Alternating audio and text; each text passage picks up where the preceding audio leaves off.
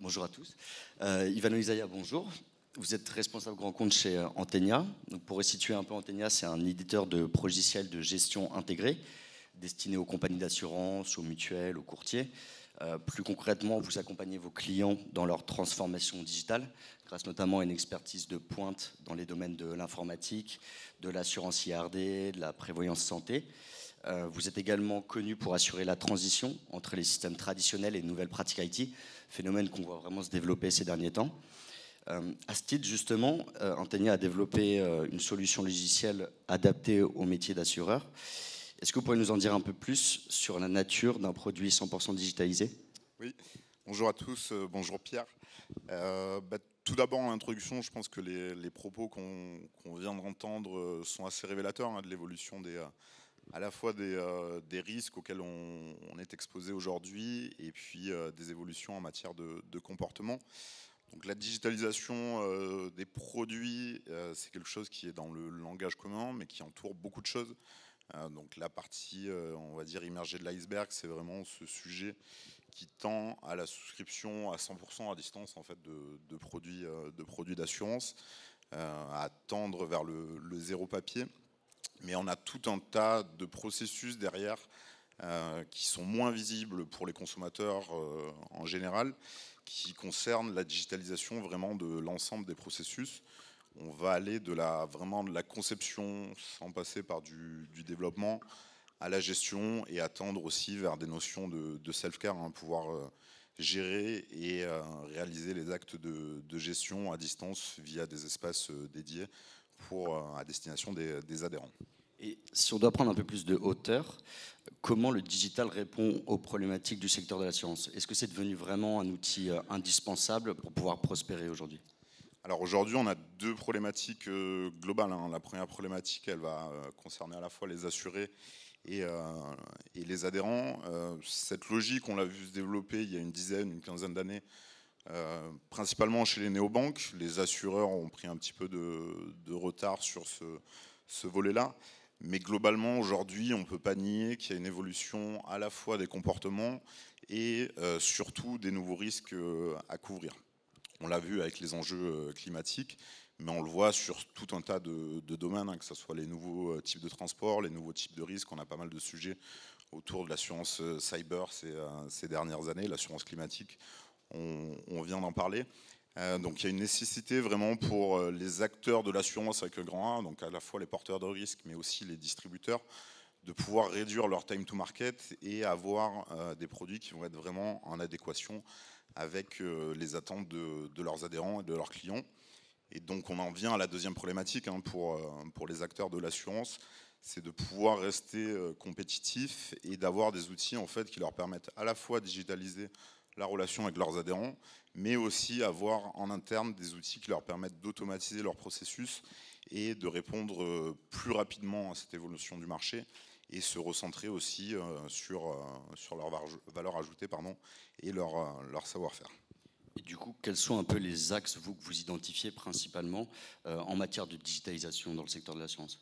Donc le premier axe, on l'a cité, c'est plutôt à destination des assurés, donc les problématiques de self-care. Le second, pour les acteurs à proprement parler de l'assurance, de suivre les tendances du marché et dans une logique aussi de satisfaction client, d'être en phase avec les attentes de ce marché. Et le troisième qu'on a tendance à oublier, on a quand même une logique au démembrement de la chaîne de valeur en assurance.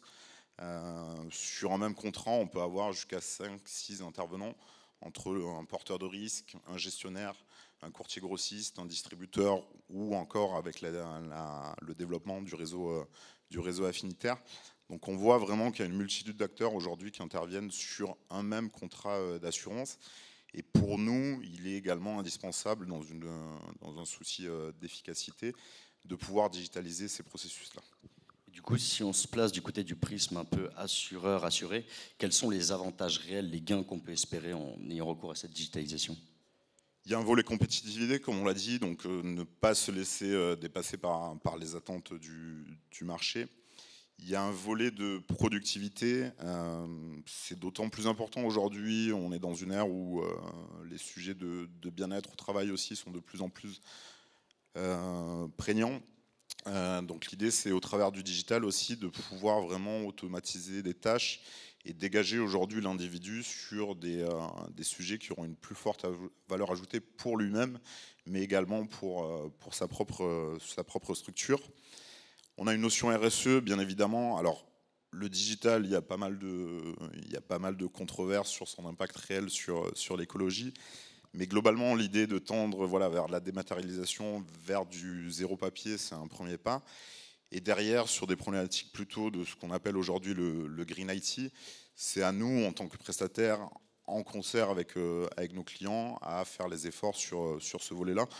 Donc on essaye de mettre en place des logiques plutôt au niveau de nos serveurs et de nos exploitations qui tendent à moins de consommation. Et in fine, un axe qui n'est pas négligeable en assurance, et notamment aussi avec les dernières réglementations qu'on a pu avoir sur DDA, sur Solvabilité 2, si on va un petit peu plus loin, c'est qu'au travers du digital, aujourd'hui, on est quand même en mesure de garantir vraiment une traçabilité des différents mouvements, des différents échanges qu'il peut y avoir sur un même contrat d'assurance. Et si on s'intéresse un peu à la pratique, comment est-ce que chez Antenia, vous êtes en mesure d'accompagner ces clients dans la digitalisation? Alors Antenia, comme vous l'avez dit, on est un éditeur de solutions logicielles à destination des acteurs de l'assurance. Donc on va couvrir des assureurs, des mutuelles, des gestionnaires, des courtiers grossistes. Aujourd'hui, on capitalise quasiment 35 années d'expérience sur le secteur de l'assurance. Il faut savoir que dès 2001, on est passé sur des technologies web. Donc on a quand même un recul sur ce sujet digital, et on a même aujourd'hui de pouvoir conseiller nos clients sur ce volet-là. Donc au sein de notre suite sur le logiciel, on retrouve des briques classiques, plutôt de gestion sur le back-office. Il y a deux modules que je souhaiterais mettre en avant dans le cadre de ces sujets de digitalisation de l'assurance et des produits. Le premier module, c'est qu'on a développé une plateforme à destination des gestionnaires et des délégataires. Donc c'est une plateforme extranet qui va permettre en fait aux porteurs de risques, aux assureurs de se connecter, donc soit avec ses apporteurs, soit avec ses gestionnaires. Au travers de cet espace, on va pouvoir ouvrir des canaux de distribution et de souscription, mais surtout derrière, on va garantir tout l'échange de flux, donc en matière de prestations, de cotisations, de commissionnement, avec tous les sujets d'horodatage et de traçabilité sur ces échanges-là, qui seront garantis. Et cette plateforme, elle est quasiment prête à l'emploi, donc ça permet aux assureurs de continuer aussi leur logique de diversification et d'aller chercher de nouveaux canaux de distribution, donc soit au travers de courtiers classiques, on va dire, mais également de se développer aussi sur des réseaux affinitaires en embarquant les partenaires sur cette plateforme. Donc ça, c'est le premier axe qui plutôt a trait à ces sujets un peu d'intermédiation en assurance. Et le deuxième produit dont on est assez fier, c'est notre console de paramétrage moteur produit. Donc c'est aujourd'hui une plateforme qui est complètement digitalisée, qui va permettre à nos clients, sans développement, donc simplement par du paramétrage, de pouvoir créer un nouveau produit d'assurance de A à Z. Concrètement, en l'espace de quelques jours, quelques semaines, nos clients sont aujourd'hui en mesure de lancer un nouveau produit. Donc on le voit au gré de ces évolutions en termes de comportement et de risque, ça devient de plus en plus indispensable de s'adapter au marché. Là où historiquement on avait plusieurs mois de développement informatique pour pouvoir intégrer un nouveau produit et le commercialiser, aujourd'hui avec cette console de paramétrage, ce sont des directions métiers, des directions actuarielles, voire des directions marketing de nos clients qui sont à même de pouvoir concevoir ce produit de A à Z. Et derrière, c'est un moteur qui va être complètement apaisé, donc c'est-à-dire que vous avez besoin uniquement de l'exposer par API auprès de vos partenaires pour qu'ils puissent appeler vos tarifs. C'est un moteur aussi qui peut fonctionner seul, donc c'est-à-dire qu'on peut venir le greffer aussi sur votre écosystème. Et globalement, voilà, c'est une façon vraiment de répondre à ces sujets d'évolution du marché et de suivre cette tendance un peu de replacer vraiment l'assuré au centre du business model et de pouvoir mettre à disposition des produits qui sont vraiment en phase avec ces attentes. Très bien, maintenant on sait à qui s'adresser. Donc merci beaucoup Yano. Et puis place maintenant à la prochaine table ronde avec Alexia Lefebvre sur le sujet de la RSE et l'assurance. Merci à tous.